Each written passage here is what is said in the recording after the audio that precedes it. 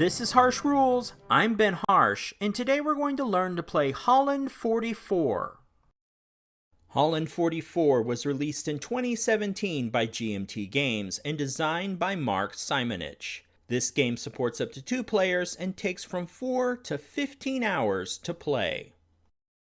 Before we begin this episode, I'd like to recognize the Harsh Rules Patreon supporters that help make content like this possible. If you'd like to support the channel, head over to patreon.com/harshrules to learn more. And once again, thank you for your support. Another way you can support the channel is by liking and subscribing. Liking a video helps me understand what content is successful with this audience.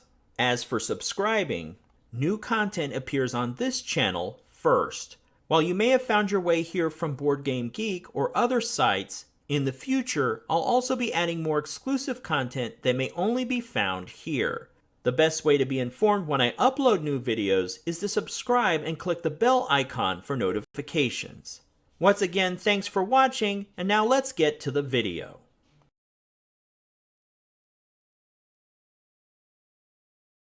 Welcome back to the Harsh Rules breakdown for Holland 44.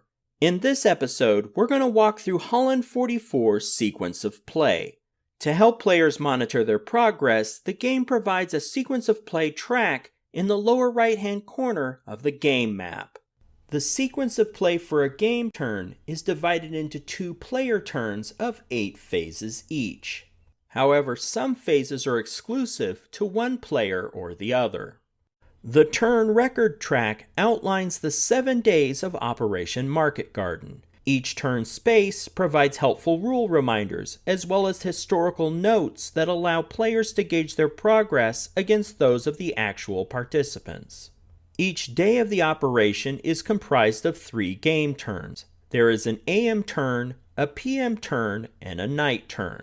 Typically, the first phase of an AM turn is the weather phase. This will establish the weather for the remainder of the day. Turn 1 begins with a PM turn on September 17, 1944. For this first day, the weather phase is skipped, and the scenario establishes the weather as clear to kick off the Allied invasion. However, let's pause for a moment and talk about how weather results impact the game for normal game turns. At the start of each AM turn, the Allied player determines the day's weather by rolling 2 dice and consulting the weather table. The weather table can be found on the reverse side of the player aid chart. The provided chart is a little drab, so I'll be using my own version. Use the white die result for the AM turn and the colored die result for the PM turn. Be aware there is a die roll modifier of -1 for turn 3 and 4, and a +2 for turns 6 and 7. Once any modifiers are resolved, there are 3 weather results: clear, cloudy, and overcast. The number in parentheses beside the result refer to the air landing points awarded. Beginning with turn 3, the Allied player brings airborne reinforcements into play with his available air landing points during his air landing phase. Each point allows 1 Allied airborne reinforcement unit of any size to land. Next, record the weather results by placing the AM and PM weather markers on the game's weather track. The weather track is located in the lower right-hand corner of the game map. The weather result affects the number of air landing points that can be spent to drop new airborne units, the number of air units that can provide air support during that day, and the number of eligible Allied airborne artillery units allowed to resupply. Once the die rolls have been made and the weather established, proceed to the next phase.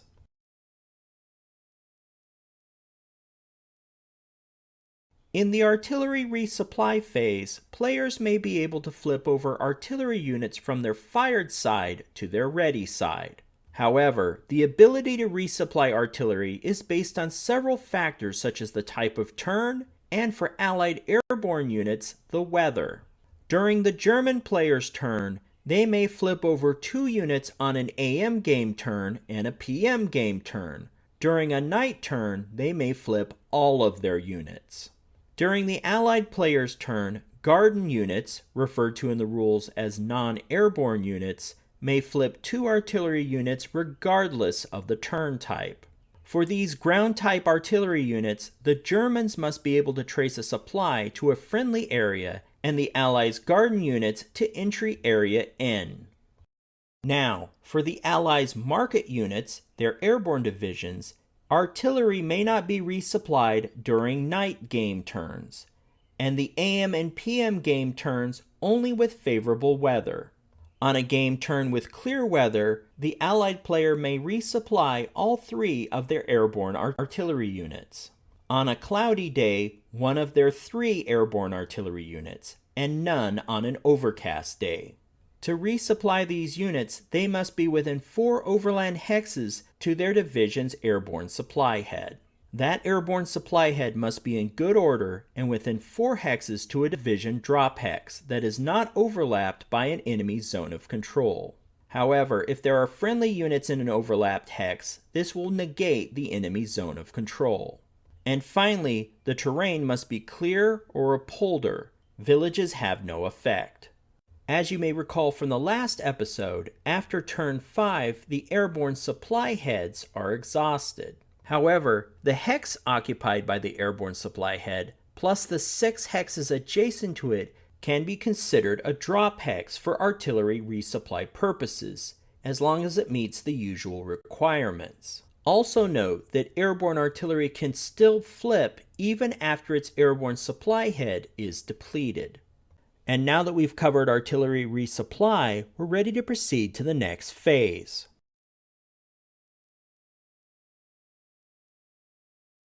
During the bridge phase, the phasing player may destroy, repair, and rewire bridges for demolition. When the game begins, the Germans have wired nearly all bridges with explosives. However, there are 3 bridges that can never be blown. They are the bridge in Arnhem, Nijmegen, and Westervoort. These bridges are color-coded orange to indicate this. Also, only on the Allied player's turn, on game turn 1, the Grave Bridge may not be blown. On turn 1, the bridge is captured and an intact marker is placed if an Allied unit crosses the bridge or both sides of the bridge are occupied by Allied units. This bridge is indicated with an orange stripe. Updating the status of a bridge can be a little tricky, so let's walk through a flow path of how this works. First, a key game rule. Only the German player can blow bridges. They have 2 windows of opportunity to do this. The first opportunity is during the German player's bridge phase. During this phase, bridge demolition is only allowed if the bridge is both wired for demolition and there is an Allied unit in good order within 1 hex of the bridge, and a German unit in good order 1 hex from the bridge. Or, the German unit's path to the bridge is not traced through enemy units or across an enemy zone of control bond. The second window of opportunity is in the Allied player's turn during their movement and combat phases. The moment an Allied unit either moves or advances after combat adjacent to a bridge hex side, or attempts to move, attack, or advance after combat across a bridge that is wired for demolition, the German player may attempt to blow the bridge. However, he is not required to do so, but there are some consequences for this choice. Let's walk through the demolition process to see how this works. First, the German player may blow the bridge or decline. If the German player decides to blow the bridge, they roll a die on the bridge demolition table. On a roll of 1 to 2, the demolition attempt fails and the bridge is intact. An intact bridge marker is placed on the bridge to indicate this. On a die roll of 3 through 6, the demolition attempt is successful and the bridge is blown. A blown bridge marker is then placed on the bridge to indicate this result. A quick note, on turn 1, there is also a -1 modifier to all bridge demolition die rolls. This is probably due to the surprise of the Allied invasion.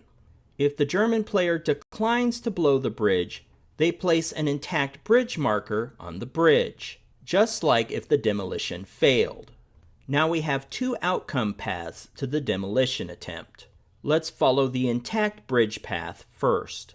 If the Germans control the bridge, they may rewire it for demolition during their bridge phase. This is communicated by removing the intact bridge marker. Remember, any bridge without a marker is assumed to be wired for demolition. Now, the removal of the intact bridge marker is only allowed in the German bridge phase, and if the German player has control of the bridge. Control is defined as a German combat unit in good order, including an unknown unit, on at least one side of the bridge, and the other side is clear of enemy units and enemy zone of controls. Remember, friendly units negate enemy zone of controls in the hex they occupy for this rule. An important rule to remember: the German player may never blow a bridge in the same bridge phase that they rewire it, nor may they rewire a bridge in the same bridge phase that they tried to blow it. It is one way or the other. The Allies can capture an intact bridge if they control at least one of its hex sides and the other hex side is clear of enemy units. Next, let's look at the blown bridge path. Once a bridge is blown, it can be repaired, unless it is a railroad bridge across a major river. These cannot be rebuilt.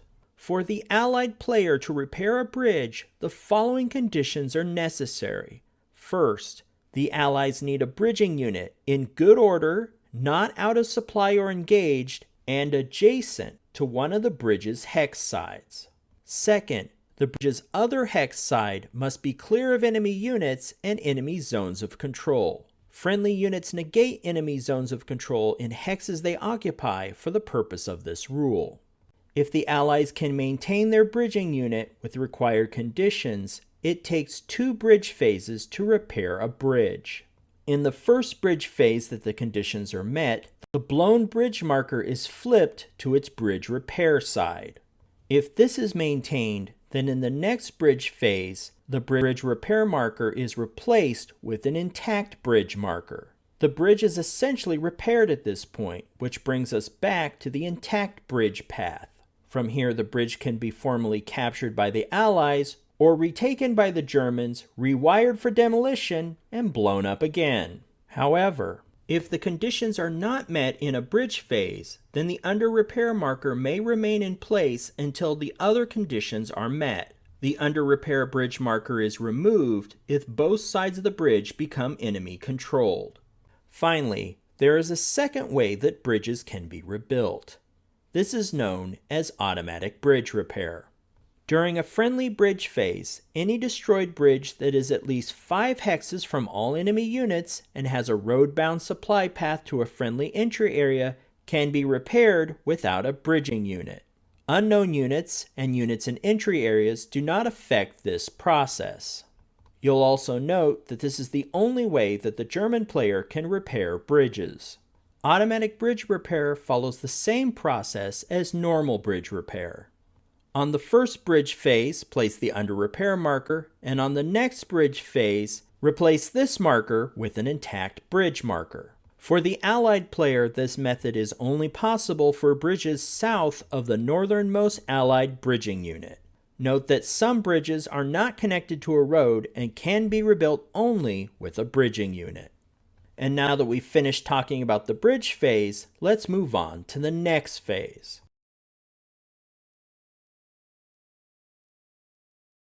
Next, let's discuss the air landing phase, which is the phase players will begin the game with on turn 1. All previous phases are skipped for that first turn. This phase only occurs during the Allied player's turn and is when they bring their airborne units into play.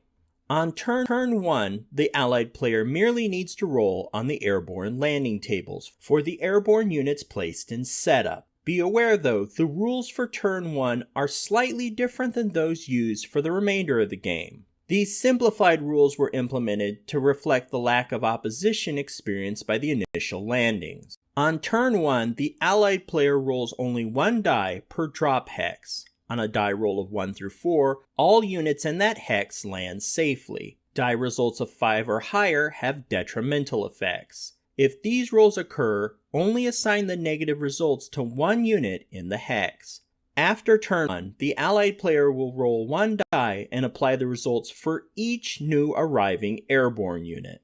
Another factor to consider when rolling on the airborne landing table is that terrain type can make the drop more dangerous. Modify the die roll for the following terrain types and hex situations. Add a +1 if the unit is landing in a polder hex, +2 if in a contested hex, +3 in an enemy-controlled hex, and +4 if in a town or woods hex. As a reminder, a hex is contested if it is adjacent to an enemy unit, including an unknown unit, but there is also a friendly unit in or adjacent to that same hex. A hex is considered enemy-controlled if it is adjacent to an enemy unit, including an unknown unit, and there are no friendly units in or adjacent to that hex. And a final note, all airborne landings are considered to take place simultaneously.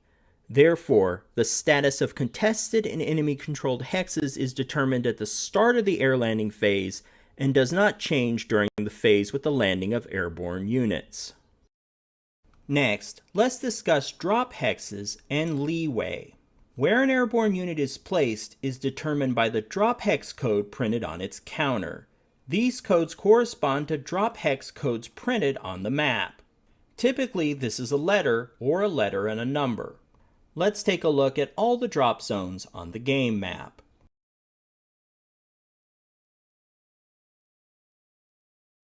Polish airborne units are unique because they can use their own drop hexes or the British drop hexes. However, they are the only ones that can use Polish drop hexes. Keep these rules in mind when airdropping Polish units. Now that we're familiar with all the drop zones, let's talk about leeway.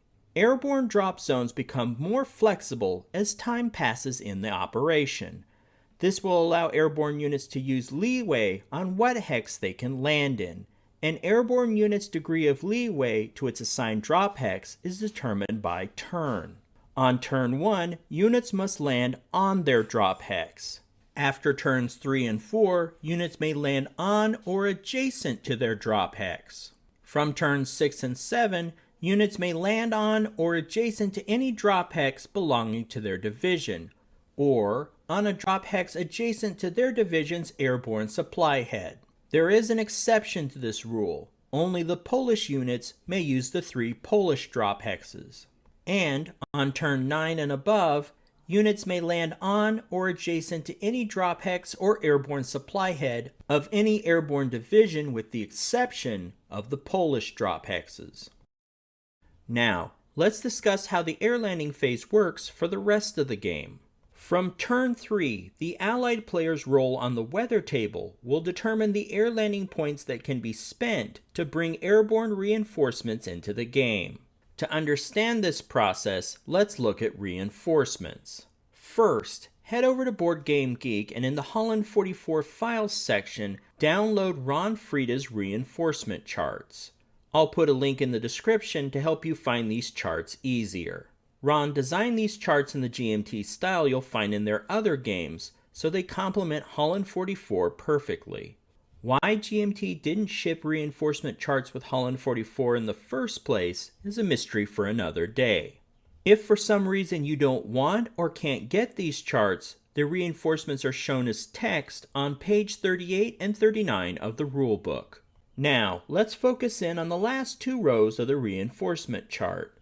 These rows are dedicated to the airborne reinforcements.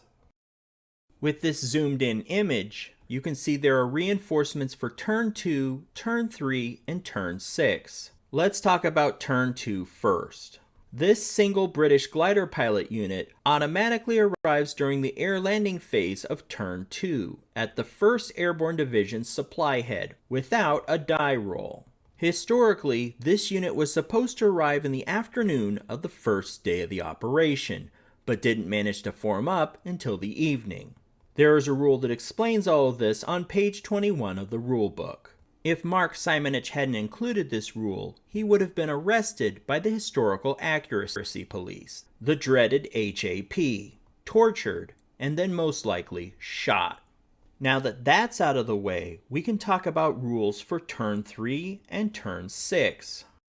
Once the day's weather is determined for the AM and PM turn, the Allied player knows how many air landing points each offers as an option. An air landing can only be scheduled once per day on either the AM or PM turn. On September 18th, the Allied player can attempt an air landing as early as turn 3, the AM turn, or wait until turn 4, the PM turn. As a reminder, air landings can never be attempted during night turns, so turn 5 is off the table. Turn 6 begins a new day, so a new set of dice rolls is required to determine the weather. Each air landing point allows one Allied airborne reinforcement unit of any size to land. If the Allied player has fewer air landing points than available units, he may choose which units to land. If an airborne unit does not arrive on its turn of arrival, it may land on a following day. Air landing points may not be accumulated. They must be used on that turn or they're lost. There are 9 airborne units available on turn 3 and 11 available on turn 6. Even with the maximum of 8 air landing points for a clear day, the Allied player cannot bring all of these units into play the turn they become available. Therefore, they will need to strategize which units to bring in with the points they have available, and pray for favorable weather to bring in more units in subsequent turns. With this in mind, a couple of quick notes about the Polish Airborne Brigade. Polish airborne units may only land on clear turns, and they may not land until all turn 3 units have landed. Once the Allied player selects their airborne units for that day's airdrop, he will roll for each unit on the air landing table, modifying for any terrain or hex situations. When applying step loss results to airborne units during the air landing phase, the Allied player must also keep track of potential airborne replacements. Let's take a look at how this works. Whenever an airborne unit receives an air landing result that incurs a step loss, advance that division's airborne replacement marker by only 1 space on the airborne replacement track. The airborne replacement track can be found in the lower right-hand corner of the game map.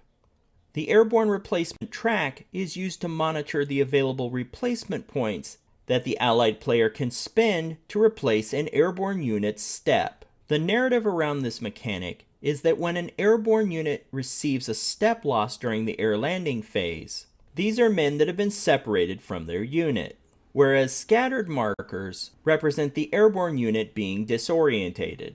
Eventually, these lost men will find their way back to their units via this airborne replacement track. The only exception here is if the unit incurs 2 step losses on a die result of 8 and above. When this occurs, only 1 step will make it back to their unit. The other step is permanently lost. Now, let's talk about the specific airborne replacement rules. An airborne replacement may not be used on the turn it is created, but it may be used on any following turn during an Allied movement phase. An airborne unit can receive a replacement under the following restrictions. First, each division may receive no more than 1 step per game turn. These steps may be used in AM, PM, or night turns. Second, the airborne unit must be in good order, not engaged, and have a supply path to its supply head.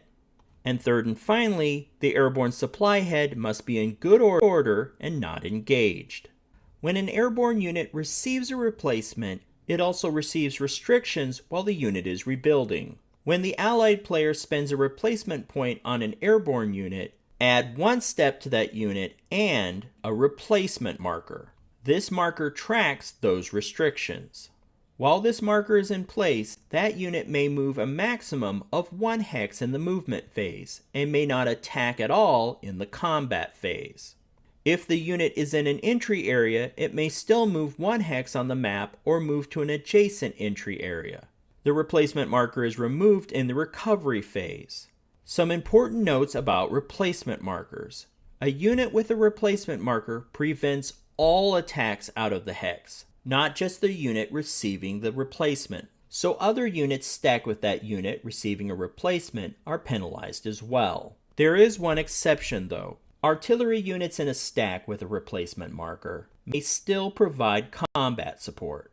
And now that we've covered air landings, this is a good place to break for this episode. In the next episode, we will continue with the sequence of play and learn about movement and combat. These are some of the most interesting rules in the game, so make sure you're subscribed and keep your eyes out for the next episode.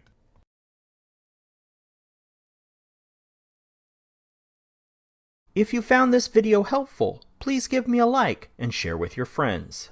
To be the first notified when the next episode of Harsh Rules becomes available, please hit the bell icon for notifications. And as always, this has been Harsh for Harsh Rules. Thank you so much for watching, and I'll see you on the next video.